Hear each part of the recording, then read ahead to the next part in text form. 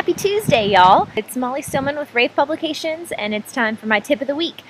As I said just like a second ago, it is Tuesday. It's not Monday. I'm sorry. I was off work yesterday celebrating Easter, getting a whole lot done. My golly, the productivity that happened in my home yesterday was astonishing. I was at home and I was getting a lot done, so I wasn't able to do my tip of the week from home yesterday, so that's why I'm doing it today. Tip of the week this week is real tangible. Take some stuff away. It's the top 5 ways to create your brand. It can also be the top 5 ways to reinvent your brand or rebrand or drive home your brand, however you want to take it. But it's the top 5 ways to really brand. Wow, the sun is like crazy. I'm getting really awesome rays of light. I feel like I'm being radiated upon. Does that make sense? So my top 5 ways to create your brand. Now I know this is backwards because it's in my computer, and so it's going to be backwards for you, but I just figured it would be fun if I showed you my list that I quite literally wrote down. So if you have fun reading backwards, you can, and then don't worry, I'll also put some text on the screen.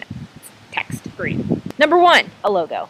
I know that seems really basic, but you would be surprised at the number of companies that I have interacted with over the years, or individuals that are trying to market themselves, that don't have a logo. Are you serious? Or they have a poorly designed logo that was designed in like 1998 in like Paint, like Microsoft Paint or something, and has like clip art in it. If your logo has clip art in it at this point, you should either A, close up shop, or B, get rid of the clip art.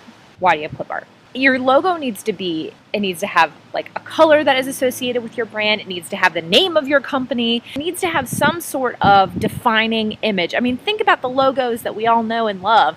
Coca-Cola, Pepsi, Facebook, Pinterest, Twitter, they all have very defined logos. Disney even has a font. If you see the Disney font, you know it's the Disney font. It needs to be something that is associated with you, your personality, your brand. It needs to be something that defines you. If you are a company and you're looking for a new logo, if you are, if you're just really considering rebranding, there's lots of things out there, lots of people out there, great graphic designers. There's even a really cool website called logotournament.com.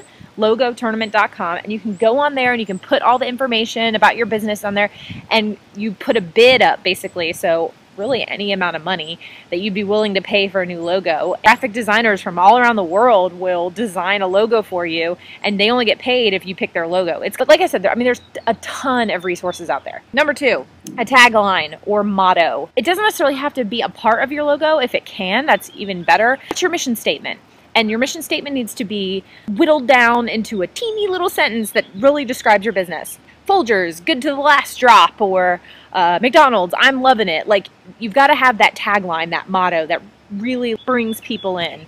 Yeah. Number 3, your message. What I mean by this is, like, your message is the motivation for your business, and it needs to be consistent. Driving home the same thing over and over again.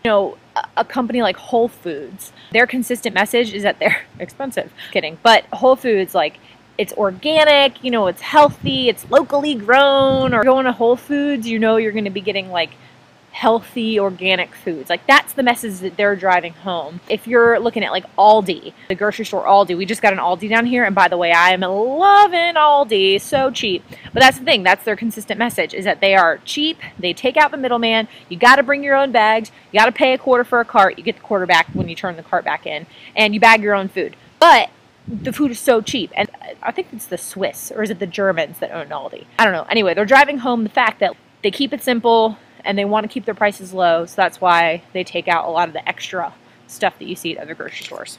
Consistent message, driving home, what is your company about? Keep driving that message home all the time, all the time. And you're driving that message home through your logo, your tagline, your motto, your products, whatever it is, drive that message home. Number 4, voice. Every company has a voice. How are you speaking to your customers? Are you a very professional, like down to the business, AP style organization? Are you a business that really is very informal, kind of fun, edgy, rad? How does your voice sound? I mean, one thing people always tell me is, like, when I write stuff, They always tell me that they can hear me saying it because I write in the way I talk. I write in my own voice. It's something that's really, really important to keep doing, is like finding your company's voice. How does your company sound to your consumer, to your client, to the general public? Lastly, the stuff. What are the things that are associated with your organization? My wedding photographer is a good example of this. She has what she calls brand boosters. So things that like people see and they immediately associate with her. Like for her, it's the color teal and McDonald's fish fillets and Diet Mountain Dew. If I ever see Diet Mountain Dew or if I see something teal, I'm like, well, I bet Caitlin would love that, because that's her brand boosters. For me, quatrefoils. I love quatrefoils. Look, I even have quatrefoil sticky notes.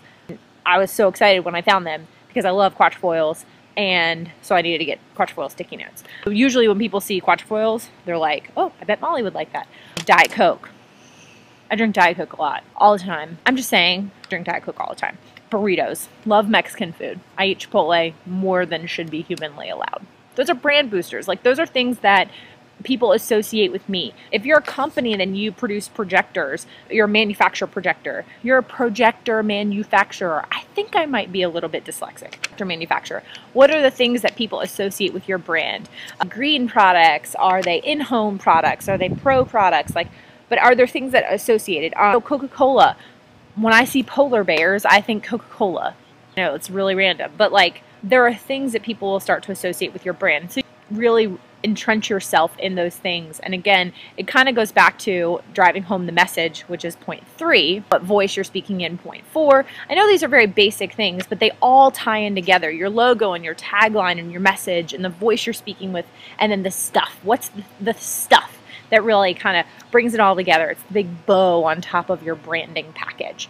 Anyway, that's my tip this week. I know this one was really long, so I apologize for the length of this, but I hope that you got something from this. What are some things that you've seen in the past as far as like ways to really enhance or make a brand better? I'd love to hear your thoughts. Share your tips below in the comments. And that's about it. And I will see you guys next week. Bye!